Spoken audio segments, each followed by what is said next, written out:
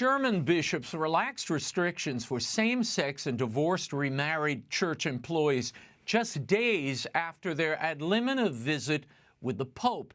How did that ad limina visit go? And how's the German church latest move being received in Rome? Joining me now to discuss this and the new turns in the Vatican financial crisis is Rome correspondent for the National Catholic Register, Edward Pentin. Ed, I want to begin with this story you reported last week. Just days after returning from their ad limina visit in Rome, the German bishops announced this change in ecclesiastical labor law so that employees of the Catholic Church in Germany will no longer be threatened with dismissal if they're divorced and remarried outside the church or living in a same-sex relationship. The German Bishops' Conference passed the new law with a two-thirds majority during their plenary meeting, stating, quote, "The core area of private life, especially relationships and intimacy, are not subject to legal assessment. Diversity in church institutions is an enrichment. All employees can be representatives of God's unconditional love and thus of a church that serves the people, regardless of their specific tasks, their origin, their religion, their age, their disability, their gender, their sexual identity, and their way of life." What does that mean for the laity working in Germany, Ed? And how was this news received in Rome? Well, this is a development, if you like, from an earlier ruling that they made back in 2015, which first of all started relaxing these rules for church employees in Germany. It's gone a step further in that it's now they've given up on any kind of discipline regarding employees, whether they abide by the church's teaching or not in private when it comes to sexual relations or otherwise if they're divorced and remarried or so forth. So it's become a lot more relaxed in that way.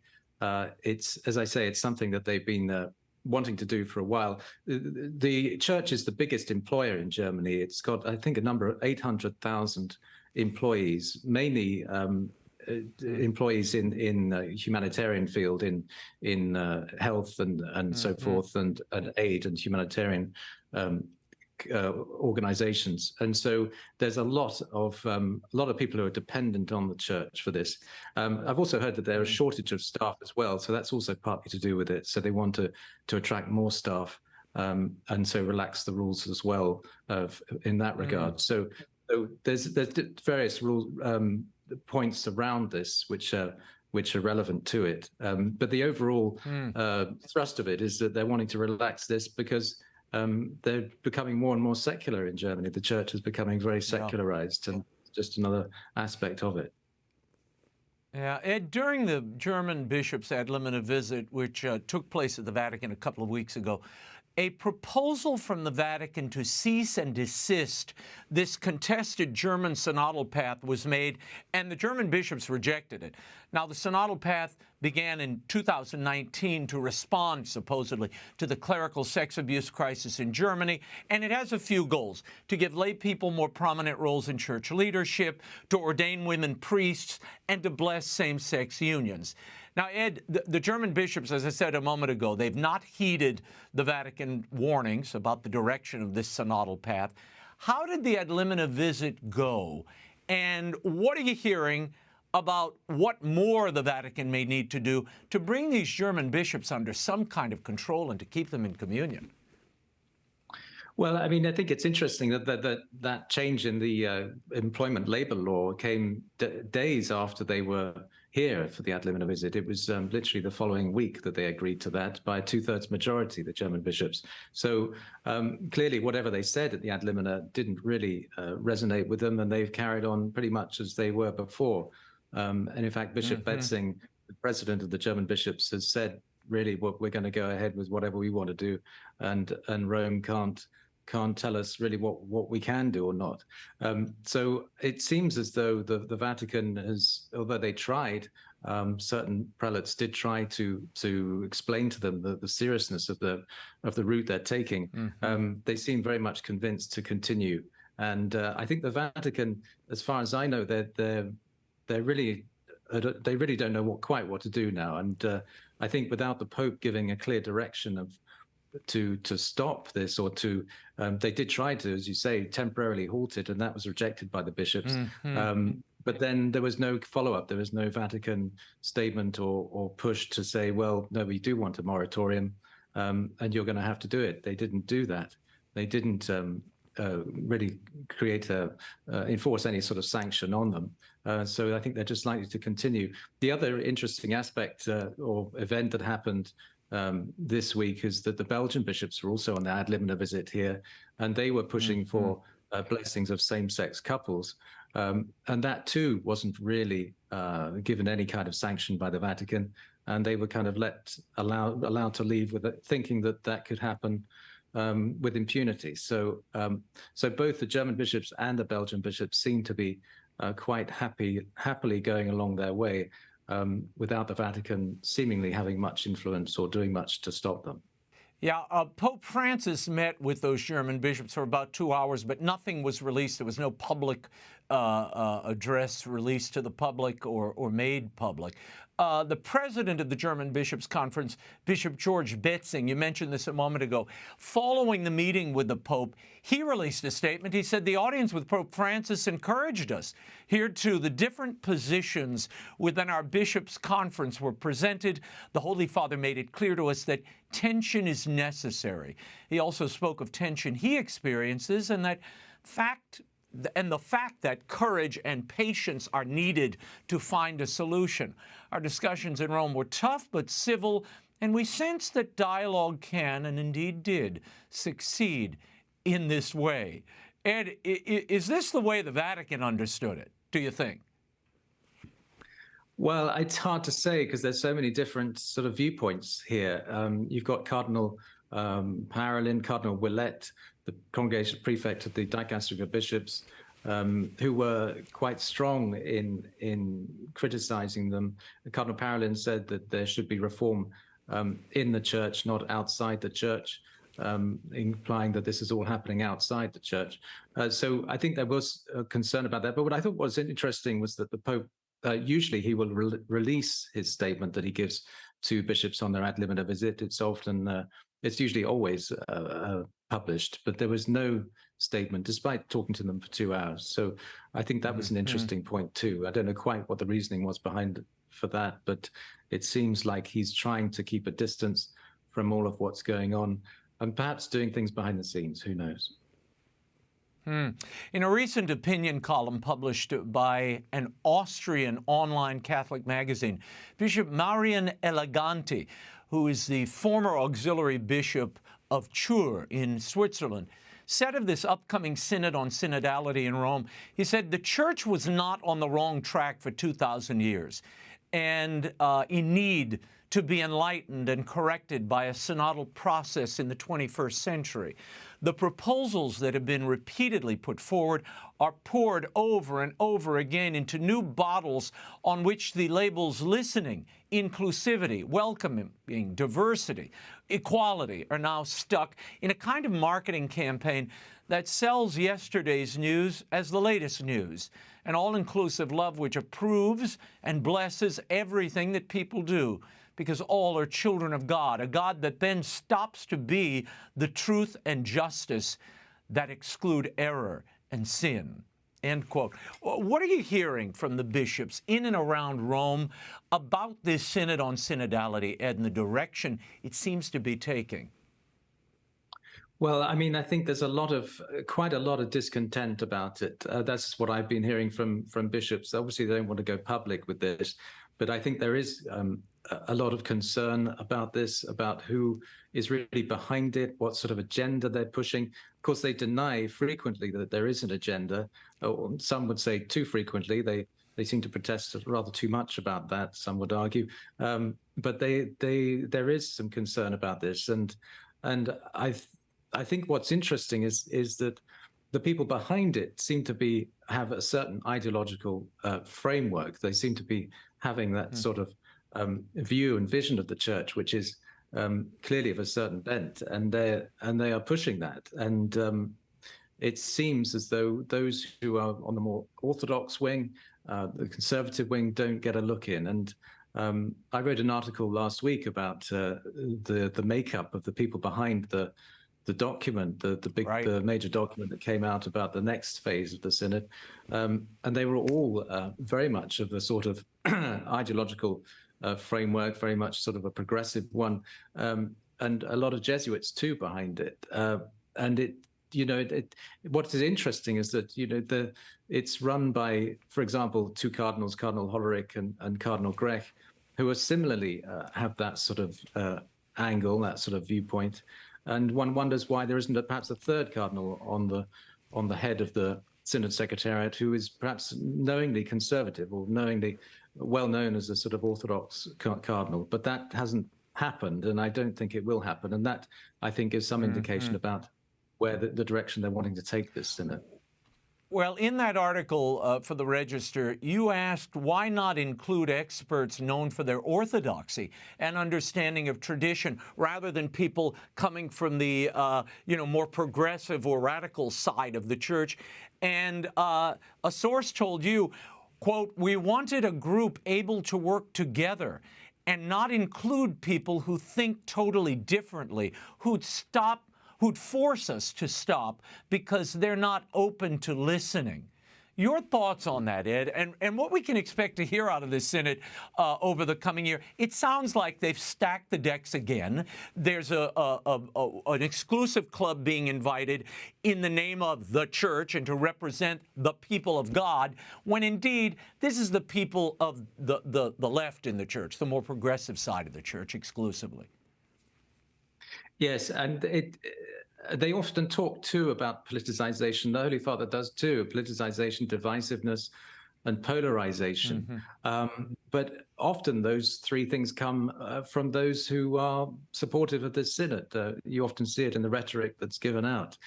So it's not really coming from the other side so much as those who are behind this synod. So it does make you wonder, really, what is this agenda? Why is there such an exclusion of those who want to uphold tradition and orthodoxy? And I think that quote that I quote there from a synod official, I think was very much revealing, because I think it shows that they don't want anyone who's going to block, as he said, their discussions, and they don't want anyone to stop that agenda moving forward. So I think it was very revealing, and I think that all the signs point to that being the case. Yeah, well, dialogue is really easy when there's only one voice, But I want to get into another story making headlines this week. On Saturday, Cardinal Becciu met with Pope Francis 2 days after prosecutors filed new evidence against the cardinal. It shows that Becciu secretly recorded the Pope discussing state secrets. Becciu allegedly conspired with members of his family to embezzle church funds as well. According to reports, the call was recorded on a mobile phone belonging to Becciu's niece on July 24th, 2021, just days before his trial was set to begin. On the call, Becciu can be heard asking Francis to confirm that he approved a 2018 plan for the Vatican to bankroll ransom payments to free a kidnapped Colombian nun via a London private security consultancy. Pressed by the Cardinal, Francis says he only remembers the proposal vaguely, and then he asks Becciu to put his questions in writing. Ed, how has Rome reacted to this? And the Pope met with Becciu on Saturday, presumably to discuss this secret recording. The meeting wasn't listed on the Pope's schedule. What are you hearing? Well, I mean, it's what I think is interesting about this exchange. It shows how much Cardinal Becciu has a certain authority, it seems, over the Pope. I mean, he seems to be able to tell him what to do, and he was commanding the conversation. Of course, the Pope had just got out of hospital at that time, just a week after his operation last year. But it does show that Cardinal Becciu does seem to have a certain leverage, and it has led to some people suggesting possibly that there's some sort of even blackmail going on. But that's obviously a rumor that's a rumor that's been going along for some time. But otherwise, other people will say that it's simply because Cardinal Becciu did have a lot of leeway when he was sostituto, which was a considerably influential position, and that simply carried over even when he left the office, and that the Pope still respected him for his ability to get things done and manage things, even if some might argue they seemed rather unorthodox, shall we say. I want to move on to the story you broke earlier this month and your interview with Libero Milone. Now, he is the Vatican's first ever Auditor General, who is now suing the Vatican in what he and his former deputy claim were unlawful dismissals back in 2017. Were you surprised by Milone's decision to sue the Vatican? Not really, Raymond, because I've heard about this case. I've been following this case for a while, and I know that Mr. Milone has been trying for a long time to try to clear his name, to have the Vatican clear his name, because he feels like he's been unjustly dealt with here with an unlawful dismissal. So I think the time has gone on, and the Vatican seemed to be stringing him along a bit. And I think he just ran out of patience and felt he had to make this claim because the Vatican wasn't moving. And as he says, he's been damaged in reputational ways with also his family and so forth. And so he feels it's a matter of justice that he receives damages, and his deputy, which is another case. Yeah. So I think it's not a surprising turn of events given his protestations of innocence and the background to the case. And Ed, you interviewed Milone about his resignation. Watch this. The matter refers to the summer of 2017 when I was asked to resign together with one of my deputy auditors. We resigned under threat of being arrested because they had delivered to us a decree, what you would call a criminal decree, saying that we had been spying and we were accused of embezzlement. Now, neither of the two things ever happened, but evidently these very much more sophisticated procedures were uncovering things that somebody didn't want us to uncover. Ed, he's basically being charged with spying on Vatican officials. They knew exactly where documents were. Whistleblowers had directed Milone to certain documents. He had them in his drawer. And some of this involved Cardinal Becciu again. And when they invaded his office, they knew right where to go to find that evidence. So what's happening here? And will he get justice? I mean, I know the Pope met with movie stars and transgender folks. He has yet to meet with Mr. Milone, despite the fact that he's been trying to meet with the Pope for years. Yes, I mean, this is the thing. He's written to the Pope 7 times trying to get him an audience, or at least some response from him, and he's had nothing. So yes, I think there's a significant injustice here in the sense that he feels very much. And when you look at the case, it seems quite convincing that he's been framed, that he was getting too much information through his auditing, and he's a very professional auditor by all accounts. He was getting so much information that they wanted to stop him, and he was uncovering things which they didn't want uncovered. And so I do think there's a case to be answered for here. I think many do. But the Vatican is responding in a way that they're trying to close it down. They're trying to make a claim against him now, accusing him again of spying, which he categorically denies. And also that, they're just trying to, they also denied that he could have a high-profile lawyer defend him. They said that wasn't possible, which, as somebody pointed out, was a rudimentary violation of due process. So there's a lot of problems here, and we'll see how it works out. But I think that some people believe that the chances of Mr. Milone receiving justice is slim, but we'll see. Yeah, well, as you said, they won't admit his lawyer, and as a result of that, they're basically shutting down the case before it gets to the court. So there is no justice for this poor man. So we'll keep watching this case, but like you, I'm not too confident that he'll see justice. Before we go, this weekend, the Vatican, in a statement, expressed surprise and regret when they heard word that Bishop John Peng Weizhou, appointed by Pope Francis in 2014, was installed last week as an auxiliary bishop of a diocese in China not recognized by the Vatican. Ed, what are critics in Rome saying about this? I mean, we still have no idea what's in that Vatican-China agreement. But should the Vatican really be surprised that the CCP is appointing their own bishops? Right. Well, I mean, this is something that, of course, Cardinal Joseph Zen had warned about for many years that this would happen. So for them to say they're surprised, I think people are a bit taken aback when they were warned about this for many years. I mean, the Vatican continues to say, and they would say about this too, although they haven't commented much about it, but they say that there must be patience, that time will tell, and they will eventually find the solution that they want with China. And they just need to bide their time and keep patient. The Pope, as he said in a recent interview, respects China a lot, and so he thinks that they will come around eventually. But I think the sense is that they were warned about this, and they shouldn't be surprised about it.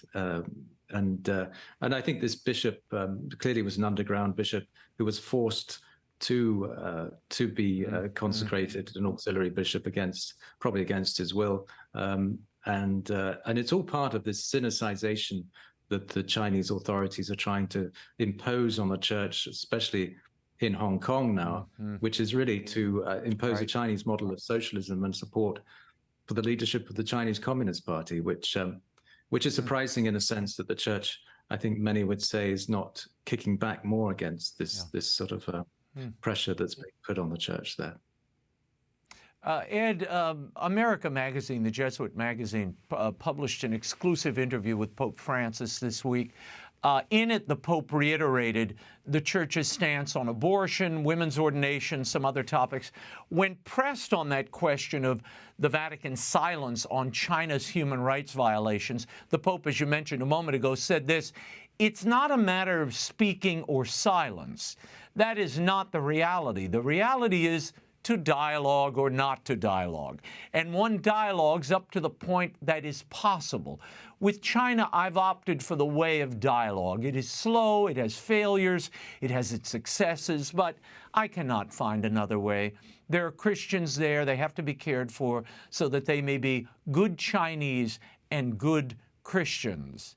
Pope Francis was not pressed about the specifics of that China-Vatican deal or why they've been so silent about the plight of one of his own cardinals, Joseph Zen. Your thoughts on that omission from the follow-up in that interview? Yes, I mean, it was a pity in a way because, I mean, that's the question that everyone would like to put to him. And but I think what was also revealing about that interview was his praise for Cardinal Agostino Casaroli, who was the architect of the Ostpolitik approach to Soviet communism, which was largely criticized afterwards back in the 80s and during the Cold War. And it was seen as a failure because it was appeasement and it caused a lot of harm in the process. And it was really trying to do what the Pope is trying to do now, which is to dialogue with the Chinese authorities in the hope that some sort of solution could be found. And he was quite revealing, I thought, that he gave quite a lot of warm praise to Cardinal Casaroli about that approach. And I think, as I say, I think people feel that this has been discredited and the Pope should be pursuing a different course with China and the Chinese Communist Party, but he isn't.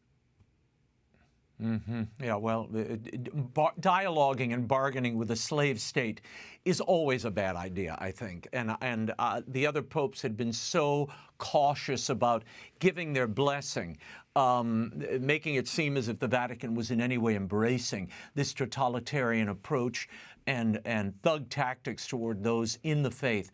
And we've seen that doctrine basically thrown out the window in the name of this dialogue. We'll see what it achieves. Ed Pentin, thank you. We will leave it there. The indispensable reporting of Ed Pentin over at the National Catholic Register can be found at ncregister.com, and you can pick up a copy of Ed's book, The Next Pope, Leading Cardinal Candidates. Thank you, Ed.